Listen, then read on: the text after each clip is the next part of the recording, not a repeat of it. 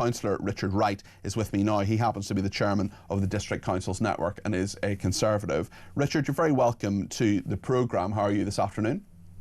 I'm fine, Peter. And yourself? Very well, thank you. What I want to get a sense of from you is, I want to go into the broader issues of this screeching U-turn, but I also want to find out from you, as chairman of the District Councils Network, what is the practical challenge here? If you have a load of people who have been told, actually, we're talking about 4.6 million people being affected by this, but give me a sense of the logistics behind the scenes as well.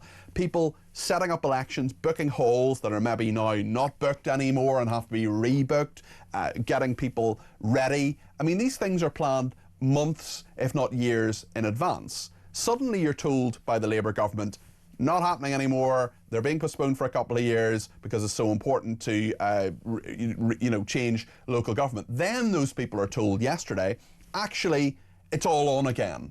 How does a council, which often don't have loads of people working on this kind of stuff, actually deal with that? Well, that's the issue, isn't it? It came as a bit of a surprise yesterday after being given the assurances last year that the legal decision was sound. And so councils went ahead with their planning, or not planning, as it would transpire. But however, local authorities will stand up. So they're behind, as you say. It may be a problem on an individual local authority basis, whether they've cancelled bookings for venues and they'll be now rapidly trying to rebook those or find new ones, putting the teams in place. Election teams tend to be fairly small, but it's still a logistical challenge, and the timetable is now obviously massively shortened. So it is a challenge, and it's an unwelcome challenge coming out of the blue.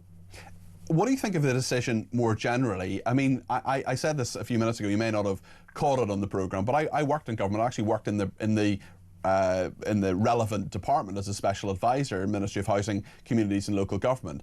And that legal advice will not have changed. They'll simply have capitulated. Well, that's all I can say is that we did seek clarification in December, and I was there in the room when it was said that there was confidence in the legal position.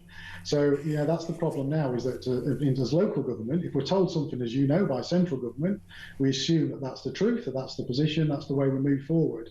And so that's now slightly in question. Mm-hmm. We need confidence that when we're asked to do something or we're directed to do something, that is the position. And to completely change that, from where we were to where we are today, then that damages that trust. It does damage that trust, and it's not your fault that this has happened. You're talking about making those kind of representations. Do you have any faith in that department? I'm not just talking about Steve Reid himself. Maybe you think he should resign, maybe you don't. Maybe you'll let me know your thoughts on that, but also the civil servants behind all this.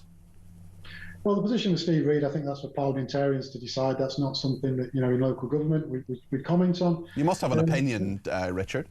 Not in my role as chairman, no. I think I represent cross-party representation of the District Council Network, so I wouldn't want to get drawn on that. But we work closely with MHCLG. You know how it works, so you'll know that we have regular dialogue, and we're going through massive change. Let's not underestimate that this is the biggest change to local government in 50 years, and we need to know that we can work with MHCLG, and we do on a day-by-day basis.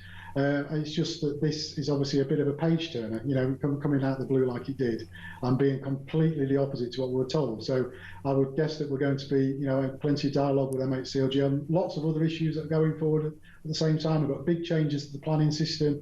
We've got the financial settlement where we've just seen some upheaval. So we need to be able to work with MHCLG, and we'll be seeking assurances that working relationship is sound. When did you know? Who told you? Did you just find out from the media? What about the elections? Yeah. We found out, we got a letter from Steve Reid yesterday by email. Okay, all right.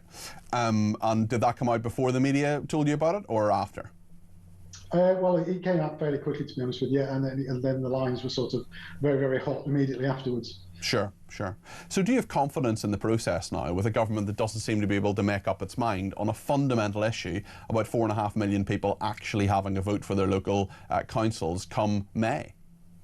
On the election process itself, then I do have confidence, because, as we know, it's local government that runs the elections, and they will do their utmost to make sure that voters, that residents understand that the elections will be in place and they will be run professionally and efficiently by local authority on behalf of the government. The government don't run the elections, you understand that. We run them, and we will do our utmost to make sure that that process is seamless for the voters. Okay, thank you very much, Richard. That's Councillor Richard Wright there. He's the chairman of the District Councils Network, and that is his view on that, representing that cross-party body. Thanks, everybody.